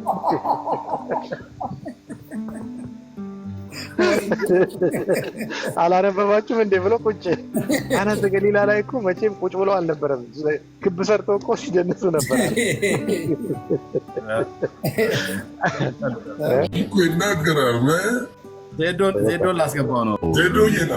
ዜዶ ዳችን እኮ ማዘጋችን ከፊራ ጋር መተዋወቅ አለባችሁ። በጣም የሚመች አያቱ ዶሮ የሰሩት እንደ ፋሲካ እሱ ውስጥ የሸና ልጅ ነው ሰክሮ።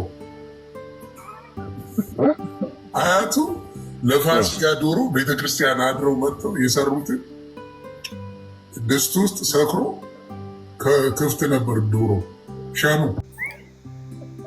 ሸናበት። ኦ ማይ ጋድ ጌታ እኮ ከየት እንደሰበሰበን እኮ በእንቅልፉ የአያቱን ሻርፕ ተርዚና ይዞ እያየ ከተነስቷል ከእንቅልፉ።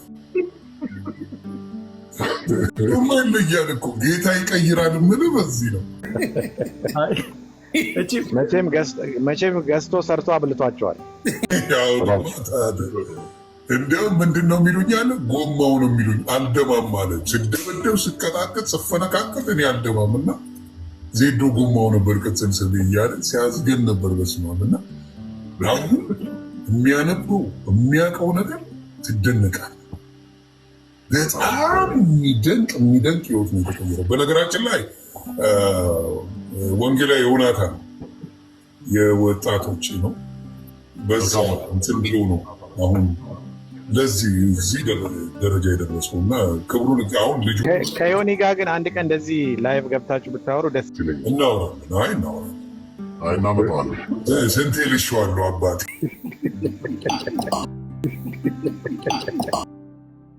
ዮኒና ይውጭፋ እኔ ቤት ዲያብሎስ ነው የሰፈረብኝ። ቀን እኮ ወዲያው ልውጥ አልክና ስትመጣ እኮ በሰላም ነበር። ከመቅስፈት ነው የቀየረኝ። ዮኒንም ምን አልኩትኝና እኔ ቤት አገናኘኋቸው። ይውጭፋንና ዮኒ ወጣቶችን በቃ ወጥሮ ነው የሚያዛቸው። እኔ ደግሞ ይውጭፋ ወደዋለሁ። እኔ አሁን ሳየው በጣም ነው የሚመቸኝ። እኔ በቃ አለባበሱ ስታይሉ ጽድት ያለ በቃ በጣም ነው ደፋር ነው። ድፍረቱ በወንጌል ምንም ነገር አይመስለው። ምንም አይመስለው። ምን መሰለ ነገሮች አሻሽሏል። ምን መሰለ ዮኒ ብዙ ጊዜ አሁን ለምሳሌ ጳውሎስን ጀጅ ሲያደርጉት ነበረ ሐዋርያቶቹ አብረውት ከኢየሱስ ጋር ነበረ። እንዴ ይጸልዩለት ሲል ጌታ ራሱ እንዴ እሱ እኮ ገዳይና አስገዳይ ነው፣ እንዴት ብለን ነው ምን ጸልይለት? እንዴት ወደኛ ትልከዋለህ ሁሉ ብለውት ነበር። ግን ጌታ ምን አለ? ስለኔ መከራን የሚሸከም እሱ ነው አለ። አየህ፣ ገፍተውት ነበረ። ስተተኛ ነው ብለውት ነበር፣ አሳዳጅ ነው ብለውት ነበር፣ ገዳይ ነው ብለውት ነበር። እና ሁሉም ሰው ስተት እንኳን ቢያስተምር ሂሳቡን የሚቀበለው ከራሱ ከጌታ ነው። ፈራጅና እንትን የመፍረድና የእንትን ማለት አለ መንፈስን መርምረን ትምህርቱን አለመቀበል ነው እንጂ ተሳስታል፣ እንደዚህ አንተ ሌባ፣ ቆሻሻ ምናምን ማለት መብት የለንም። ግን እዩ ጩፋን አሁን እኔ ሳየው በቃ የሚያስተምረው ያደረገው ጌታና ጌታ ላይ ብቻ ነው እና ጌታ ኢየሱስ ክርስቶስን ነው የሚያስተምረው። አሁን ስተት የቱ ጋር ነው ስተቱ ምናምን ብዬ በጣም ብዙ አሰብኩና ይህ ይሸጣል እንትን ይሸጣል በምን ይኑሩ ታዲያ? አሁን እነዚህ ሰዎች እግዚአብሔር ተጠቀመበት፣ ራሱን አድቨርታይዝ አደረገበት። ለምን? አምላክ ሻጭ ስለነበረ። ልክ እንደዚሁ የኛ ሰው የሆነ የሚገዛው ነገር ለምዷል። ገዛ ምናምን እዚህ ጋር ማስቀመጥ የለመደው ነገር አለ። ልምዱ ስላለው እንዲሁ በአየር ላይ ትፈወሳለህ ብትለው እሺ አይልም፣ ላይስማማ ይችላል። አሁን እንደ ነህማን ጀነራል ነህማን ብቅ ጥልቅ ብለህ በዮርዳኖስ ሂድ ሲለው እንዴት እንደዚህ ይለኛል? ለምን መጥቶ አልዳሰሰኝም? ለምን መጥቶ እንደዚህ አላለኝም? እንዴት እንደዚህ ያለኛል? አየህ፣ ያ ስፕሪት አለ ሰው ውስጥ። ከርቀት የመጣው በቃ ተፈውሳል ሂድ ወደ ቤት ብትለው አልዳንኩም ነው፣ ድኖ አልነካኝም፣ የሆነ ነገር እንደዚህ ስፕሬ አላረገብኝም ይላል ሰው ስለሚል በዛ ሲስተም ነው በዛ ሜትር ነው የተጠቀሙትና ያው ላይ ሲሄዱ ሂሳቡን ይሰሩታል ከጌታ ጋር። ሌላ ጥያቄ አለኝ። እሺ አሁን በፕሮቴስታንት የዘይቱ ጉዳይ ነው አይደለ?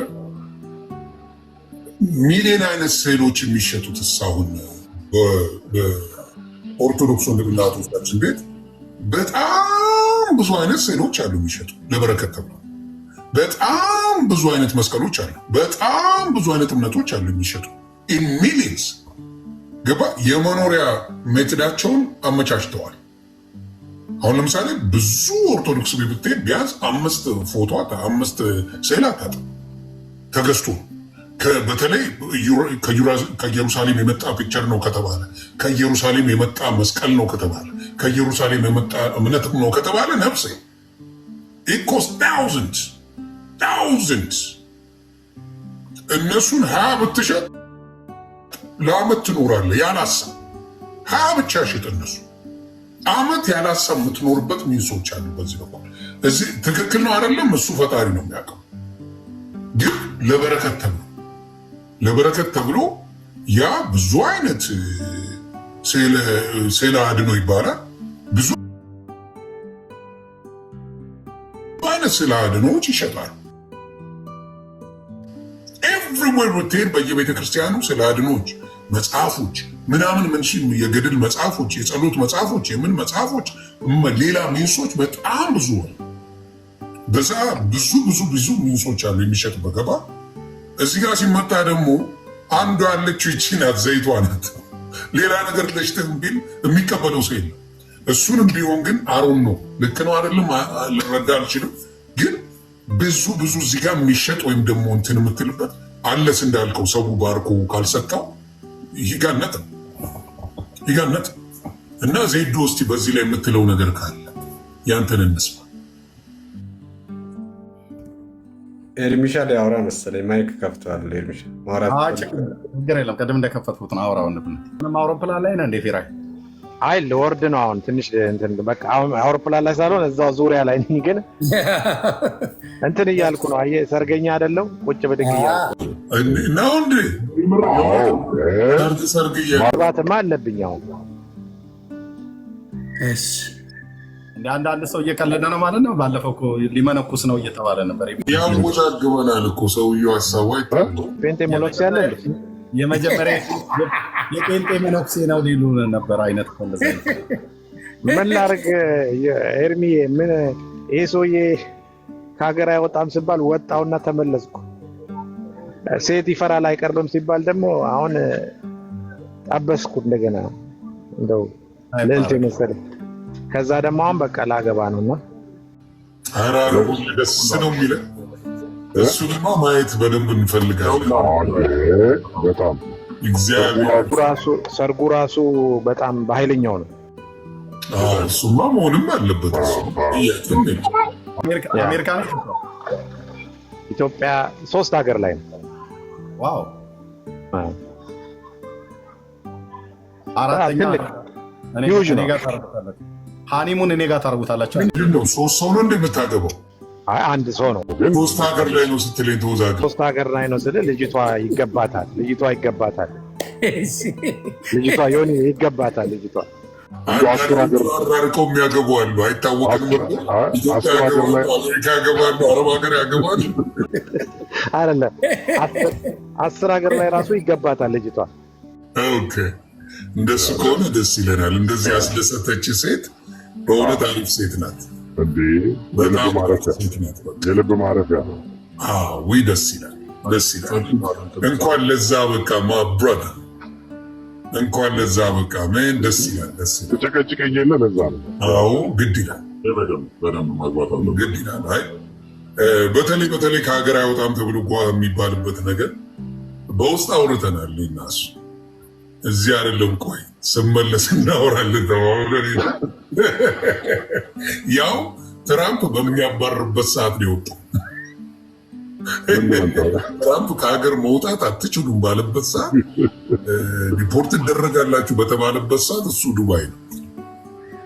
ስለዚህ አንዳንዴ የተወራውላ ሶሻል ሚዲያ ላይ ስትጣላ አንዳንዱ በጣም ውሸት ይጨምርና ይፈርስበታል። ከዛ ዝም ይላል ምንም እንዳላለ እና ይኸው አሁን ደግሞ እንደምታዩት ሰርጉንም እናየዋለን። ሴት አይቀርበውም ብለው ብዙ ሲያወሩ ነበር። እንዲያውም ሌላ ኢትዮጵያዊነት የሌለው ነገር ስም ሲያወሩ ነበር። አሁን ደግሞ አግብቶ ከዛም ደግሞ እግዚአብሔር ብሎ ምርጥ ልጆች ወልዶ ጉድ ሲሉ እናያለን። አይ ቲንክ ኪራ ኮስታራ ስለሆንክ ነው አይደል? እህቶች ያልቀረሙ እስከዛሬ እንደዛ ሳይሆን ኮስታራነት ሳይሆን ወርክሆሊክ ነኝ እኔ። ወርክሆሊክ በቃ ስራ ላይ ነው በጣም ፎከስ የማደርገው እና ስራ መስራት በጣም የሚያስደስተኝ ነገር የራሴን ሳይሆን ምኖረው ለሰው ነው።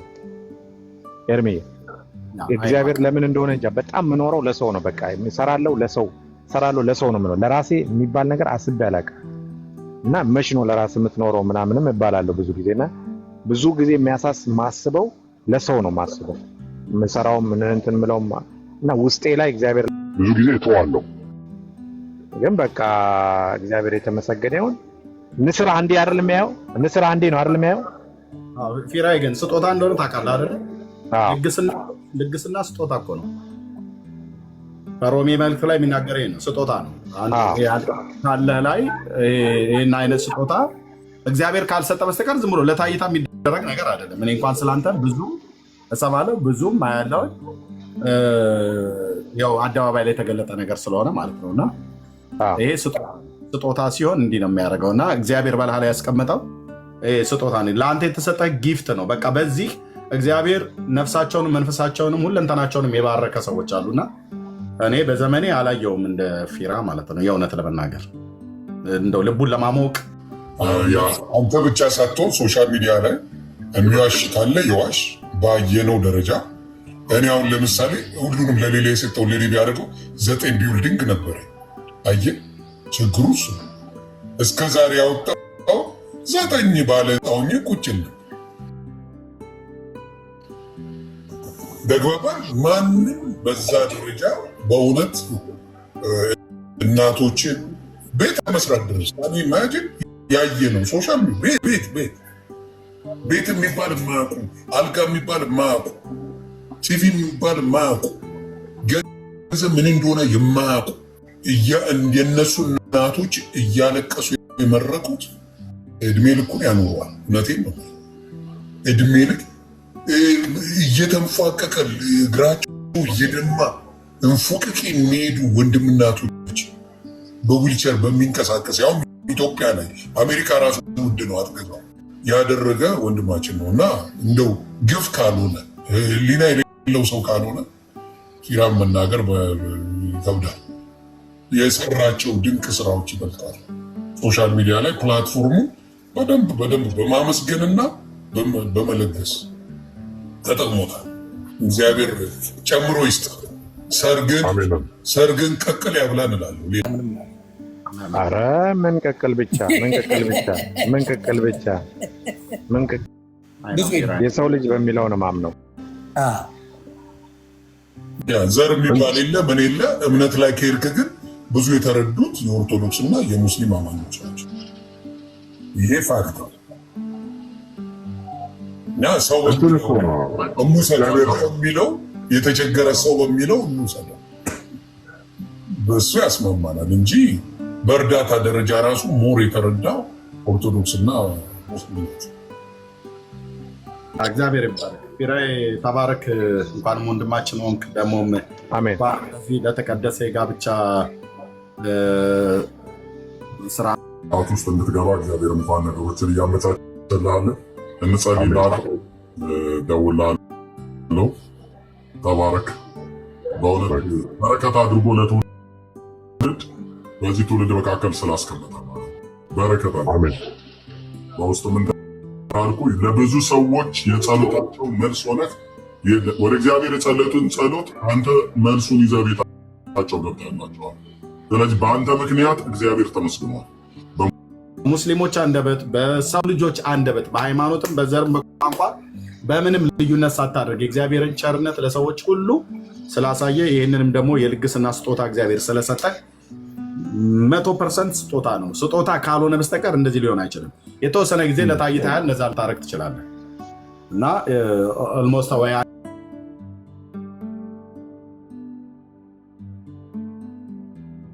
$1 ሚሊዮን ስፔንድ ካደረክ በኋላ ከዛ በኋላ ልትተወው ትችላለህ። ይሄ ግን በቃ ምንም ያለማቋረጥ አንተም ራሱ ትላለህ እግዚአብሔር በውስጤ ስላስቀመጠው ብለህ ትላለህ እና ይሄ ልክ ነው። በእውነት የሚታይ ነው፣ እየታየም ያለ ነው እና ለእግዚአብሔር ስም የመመስገኛ ምክንያት እግዚአብሔር ስላደረገ በዚህ በኩል የሰጣቸው ሰዎች ጉድለታቸውን የሞላላቸው፣ ከመሬት ያነሳቸው፣ አልጋ ላይ ያስተኛቸው፣ ቤታቸው ላይ ፈርሶ የሰራላቸው የሰማይ አምላክ ቅዱስ እግዚአብሔር አይቷል። ልክ የያዕቆብ መልእክት መጽሐፍ ምዕራፍ 1 ቁጥር 27 ላይ እንዳለው ማለት ነው።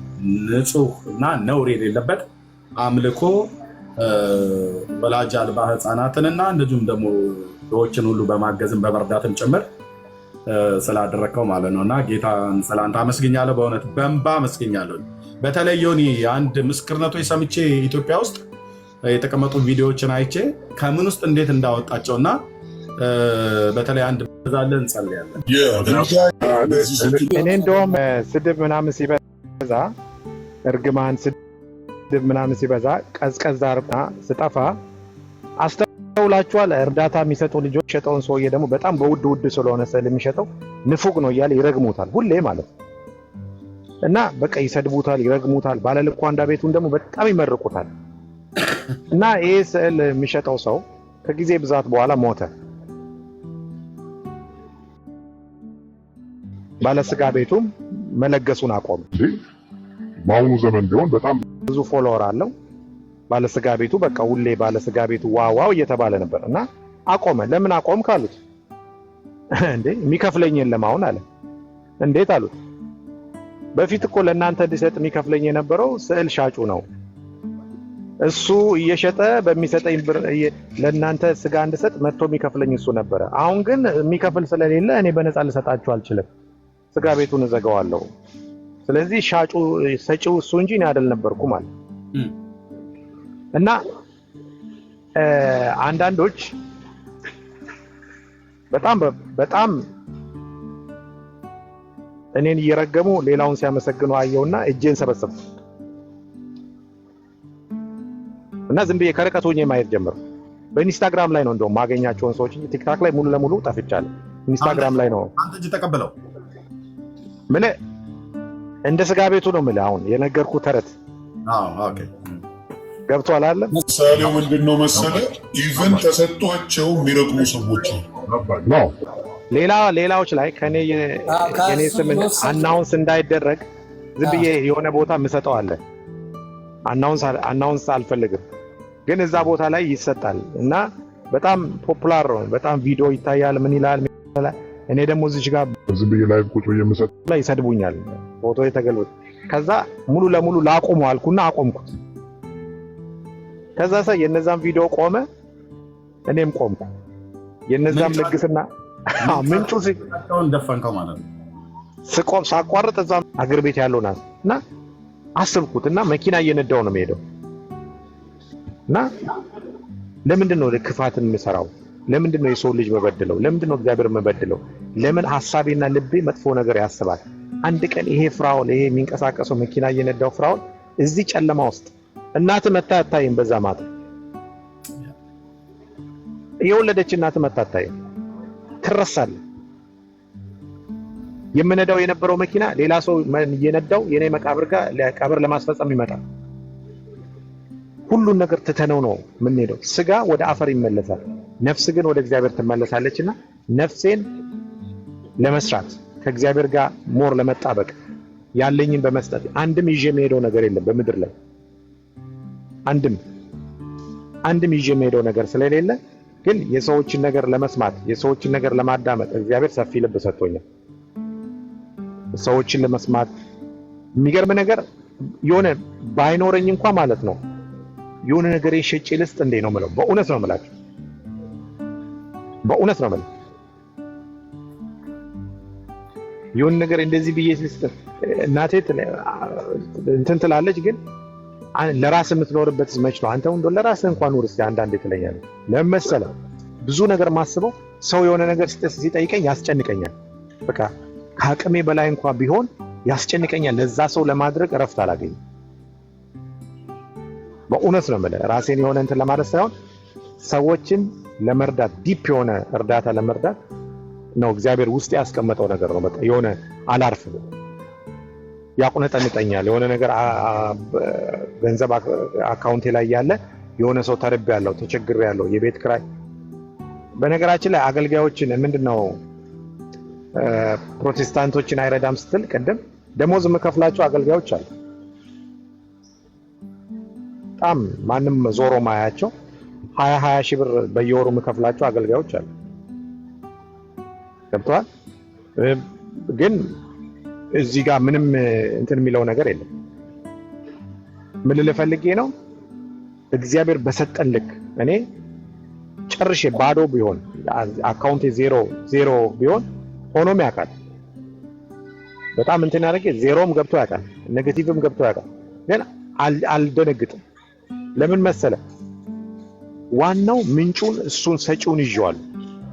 አእምሮዬን ሲባርክ ያለው የእጄን ስራ ሲባርክ ያለው ሁልጊዜ ከኔ ጋር ሲሆን ያለው እና ብዙ ጊዜ ከዛ አንጻር ነው ሰዎችን አብሮ በመቆምና እርግማንና ስድብ ሲበዛ እናቴ በጣም በቃ ተረበሸች። ከኔ አልፎ እሷም ሲናገሩ አንድ ቀን በጣም በቃ ስቅስቅ ብላ ስታለቅስ ቤት እሷ ጋር ሲሄድ በጣም ተጎድታ አገኘኋት። በጣም በቃ እሷን ሰደቧት ገባ? ለምን እኛ እህቶቼ ምናምን ተሰማቸው። እናትህ ስትሰደብብህ ያመሃል። ስለዚህ አይ ሃቭ ቱ ስታፕ። በቃ ይሄ እርዳታ የሚባለውን ነገር ሶሻል ሚዲያ የሚባለውን ነገር ቤተሰቦቼን አታክ የሚያስደርግ ከሆነ መተው አለብኝ። ምክንያቱም ለመቀበል አልመጣሁም፣ እኔ ለማካፈል ነው የመጣሁት። ለመውሰድ አልመጣሁም፣ ለመስጠት ነው የመጣሁት። ካለኝ ላይ ለማካፈል ነው የመጣሁት። ለመጎረር ምናምን ሰዎች እንደሚሉ ለጉራ ለመታየት በጣም ቀላል፣ በጣም ቀላል። በጣም ዓለም ላይ የሚደረጉ ብልጭልጭ ቦታዎች እየሄድኩ ራሴን እያስቀረጽኩ ምናምን ብዘል የሆነ ነገር ብል እቺ ባለ 1 ኢንጂን አውሮፕላን 200 ምናምን ሺህ ዶላር ነች። ይሆን ይታቃል። እሷን ገዝቼ ፒፒኤል ላይሰንስ አለኝ። እሷን ገዝቼ እያበረርኩ በሄድ 250 ሺህ ምናምን ነች ሲንግል ኢንጂን አውሮፕላን። እሷን ገዝቼ ገዛው ብዬ እያበረርኩ በሄድ ሰው በቃ ፎሎ ያደርገኛል፣ ፕራይቬት ጄት አለው እያለ የኛ ሰው እሱ ነው የሚፈልግ። ግን አይደለም፣ ለኔ ምንም ጥቅም የለውም። ገብቷል? እግዚአብሔር አንድ አገልጋይ እንግሊዛዊ አገልጋይ መጽሐፉ አለ። መጽሐፉን ቆይ ሼር አደርግላችኋለሁ። እሱ መጽሐፍ ላይ ፖርሽ አለው፣ ላምበርጊኒ አለው፣ ፕራይቬት ጄት አለው ምናምን እና አንድ ቀን በሮልስ ሮይስ መኪና መጥቻ አለ ወደ አገልግሎት ነው የሚሄደው። ፕራይቬት ጄት ውስጥ ገብቶ በራሱ ፕራይቬት ጄት ሲሄድ እግዚአብሔር እንደዚህ አለኛል፣ ይሄ የምትጠቀማቸው ነገሮች ለኔ ምንም አይደለም። ስንት ደሃ ባለበት ቦታ ላይ ስንት መብላት ያቃተው ህዝብ ባለበት ሀገር ላይ አንተ በዚህ ትሄዳለህ ወይ? ሽጥና እንዳለ አካፍላለሁ አለኛል። አገልግሎት መሄደውን ትቼ ንብረቴን እንዳለ ወደ ሶልድ አውት አልኩታል። በቃ የሚሸጥ እንዳለ ሸጬ ለድሆች አከፋፈልኳል። አሁን ነው እኔ እናንተ አብረን ምን ሰራው አለኝ እግዚአብሔር አለኛል። እኔ ነኝ ወይስ ንብረቱ ይበልጥብሃል አለኛል። እና ብዙ ሌሰን ትወስዳለህ ከሰዎች የምንጠቀማቸው ነገሮች። አሁን እኔ ይሄ ጃኬት፣ ይሄ ቲሸርት፣ ጫማ ምናምን የምጠቀመው አሁን የለበስኩትን ነው። ከዚህ ስወጣ ምን እንደሚገጥመኝ አላውቅም። እግዚአብሔር መቼ እንደሚሰበስበኝ አላውቅም። ግን ያለንን በማካፈል በመተሳሰብ ነው እንጂ አሁን ከባድ ነው። የኛን ሰው መርዳት ከባድ። እኔ እንደውም በጣም በቃ ኢንስታግራም ላይ የሚጽፉልኝን እያየው አንዳንዱ ጽፎ ብዙ መልእክት ስለሚመጣ አላይም እና ቀስ እያልኩ የሆነ ጊዜ ሲኖረኝ አያየው ፒክ እያደረኩ ልክላቸዋለሁ። ጽፎ ስድብ አለ። ከዛ በኋላ እንደዚህ ያፈር ብላ እናት እንደዚህ ትሆን ምናምን ነገርሞኝ ስቄ ዝም እላለሁ። እግዚአብሔር ተናግሮን እኔ 10 ዓመት የጠበቅኩበት ኬዝ አለኝ። እግዚአብሔር ነግሮኝ በ10 ዓመቱ ነው የፈጸመው እና እግዚአብሔርን መስደብ ነበረብኝ? እንደዚህ አደርግልሃለሁ ብሎ መልእክት መጥቶልኝ 10 ዓመት ነው ያስጠበቀኝ እግዚአብሔር። ሁልጊዜ ግን በልቤ ጠብቀው ነበር ያንን እንዲፈጽምልኝ በትህትና በጸሎት ማለት። ስለዚህ ብዙ ነገር አንዳንድ ጊዜ ስንጠይቅ እግዚአብሔርን እንደምንጠይቀው ሁሉ ስንጠይቅ ብዙ ነገር ወዲያው ላይ ይፈጸምልን ይችላል እና ከዛ አንፃር ነው የነሱን ራዕይ የነዚህ ኤንጂኦ ያላቸው ለምሳሌ እኔ በጣም መወዳቸው ልጆች አሁን ላይ አቲስነማ ቻሪቲ የሚባሉ ልጆች አሉ። ቅን የሆኑ እግዚአብሔርን የሚፈሩ የተሰጣቸውን ነገር ኤርሚ የሚገርም 1 ብር ከለዋ ላይ ሻይ ጠጡ። 1 ብር ሂሳብ በደረሰኝ ነው የሚያሳዩ። በደረሰኝ 1 ብር። እኔ እንደውም ለእናንተስ ምናምን ስላችሁ አንድ ቀን የትራንስፖርት አጥተው ወደ 20 ምናምን ኪሎ ሜትር በእግር ሄደው ትራንስፖርት እንዲቀንስላቸው ተልኮ እኮ ነው። በዚህ በጉትም በኩል 20 ምናምን ኪሎ ሜትር በእግር መጥተው ትራንስፖርት እንዲቀንስላቸው ለመሳፈር በጣም ነው ያስለቀሱኝ። በሌሊት ስደውልላቸው በሌሊት ተነስተው እዛ ለመድረስ ነው። ወዴት እየሄዳችሁ ነው? በእግር እየሄድን ነው አሉ። ወዴት? ከዚህ ካለንበት ይጨምራል፣ ያለን ብር ደግሞ ትንሽ ነው። እንዴ ለምን አልተጠቀማችሁም? ከዛ ያማ ለሰዎች የተሰጠ ነው። ዋው ታማኝነት! ያ ለሰዎች የተሰጠ ነው፣ አንጠቀምም። አስባት። እንደዛ እያደረጉ ነው ሄዶ የሚያደርስና ከነሱ ራዕይ ጋር አብሮ በመቆም እነሱን እንትን በማለት ነው እና ከዛ አንፃር ነው እንጂ እኔ እግዚአብሔር የሰጠኝን ነገር በሰው ምድር ላይ አምጥቶ በባዕዳ ምድር ላይ በነጮች ምድር ላይ በነገድ በቋንቋ በምንም የማንገናኝ ምድር ላይ አምጥቶ ከባረከኝ እሱን ያደረገው እሱ ስላደረገው ለሰዎች የማካፈል ህይወትን ደግሞ የሰጠኝ እሱ ነው። እንደዚህ አይነት ልብ ስለሰጠኝ ነው እግዚአብሔርን ማመሰግነው። እኔ ዘመዶች ምናምን አልልም፣ ዘመድ አክስት አጎት ምናምን አልልም። ይሄ ምናምን እግዚአብሔርን የምጸልየውና የምጠብቀው ነገር በነገድ በቋንቋ በዘር በሃይማኖት በቀለም እንዳትለየኝ ይላል። ልቤን ጠብቀው ነው። ለምን እግዚአብሔር ሃይማኖት የለውም፣ እምነት የለውም። ራሱ እምነት ነው፣ ራሱ ህይወት ስለሆነ።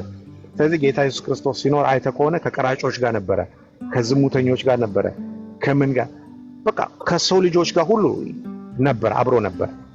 ስለዚህ ከዛ አንጻር ነው እኔ የእግዚአብሔርን ሐሳብ ለመፈጸም እንትን የማደርገውና እዚህ ላይ የሚደረጉት የሚባሉትን ነገር ብንሰማ ከባድ ነው። ልብን የሚያርዱ ናቸው። ጌታ ኢየሱስ ክርስቶስ ተሰድቧል፣ ሲፈውስ ተሰድቧል፣ ሲሰጥ ተሰድቧል። ቀረጥ አልከፈለም ሲባል ከአሳ ውስጥ አውጥቶ ከፍሏቸዋል። እዛ ጋር እንኳን ሊገባቸው ይገባ ነበር። ከአሳ ውስጥ ነው ያወጣላቸው። ስለዚህ ከአሳ ውስጥ አውጥቶ ግብርን የከፈለ ቀረጥን የከፈለ ጌታ ከየትም አውጥቶ እኛን መመገብ አቅተው ከየትም አውጥቶ እና እኔ እግዚአብሔር የተመሰገነ ይሁን በነገር ሁሉ እሱ ስለረዳ እሱ አብሮን ስለቆመ በዛ ነው ማምነው። ብዙ ጊዜ አልወስድባችሁ። ተባረኩልኝ። ተባረክልን። ዜዶ ያልተነፈሽም ቁጭ ብለሽ ትታዘቢያለሽ። በሰላም ነው። እኔ በቃ ለአጥፋና ወይ እየሄድኩ እንትን ልበላችሁ ልስማችሁ ወይ ደግሞ በጣም ወዳችኋለሁ። ዜዶ ኤርሚ ደውሉልኝ ስወጣ ቡካይ ከታች ያየው ነው 2500 ሰው ወዳችኋለሁ። ተባረኩ። ምናልባት እንግዲህ በንግግር ደግሞ ያስቀየምኩ ሰው ካለ አም ሶሪ። የት ቦታ ደርሰህ አንዳንዴ አፍ ይወላብዳልና በየት ተገናኝተን ባይሆንኛ ጸሎት አድርጉልን እንዳልናገር ለእኛ ነው ጸሎቱ። ተባረኩ። ኑርልኝ። መልካም ጊዜ። ዜዶ ሰረባክ የሆነ ነገር በልታው መስማትም ጥሩ ነው። ባይዘይ ዝም ብሎ መስማትን የሚያህል ነገር የለምና አንዳንዴ አንተ ማታወራቸው ነገሮች አሉ፣ ዝም ብለህ ሰምተህ የምታልፋቸው አሉና ስለ ፊራ እግዚአብሔር ይመስገን። ወደ ቅድሙ ግን ስመለስ ቅድም በተነሳው ላይ ስለ ሽያጭ በተነሳው ላይ ማለት ነው ቁርስ እየበላው በሰማችሁስ? እኔም መሄድ አለብኝ። ልጄ እያፈጠጠብኝ ነው ከትምህርት መጥቶ። በቃ እኔም 11 ሰዓት ሊሆን ነው። ሚስቴ ቁጭ አደረገችው። ነገ ጊዜ ካለ የሆነ ሀሳብ ዘናና ዜዶ አብረን ብንካፈልስ? ወንጌል በቃ ኤርሚሻዬ ብሉ በቃ ዝጋውና ችግር የለም። አዎ ነገ ዜዶ አይ የሆነ ፕሮግራም ይዘህ አብረን እኔ ቤት ላይ ይቻላል። ዜዶ ይቻላል። እሺ ኤርሚሻዬ ብር ክበልልኝ። በጣም ነው ያለኝ። ስለ ታቦት ሙሉ ነገር ገብቶናል፣ አንደርስታንድ አድርገናል። እዚሁ ላይ ያለ ሰው እርግጠኛውን እነግርሃለሁ ጠይቆ የሚረዳበት ነው። ጠይቆ እና በጣም ደስ ብሎኛል። ተባረክልኝ። ሚስት ትባረክ፣ ልጆች ይባረኩ፣ ወንጌል ይባረክ። አሜን። ክበርልኝ። ጸጋ ይብዛላችሁ። ሰላማችሁ ይብዛ። አሜን።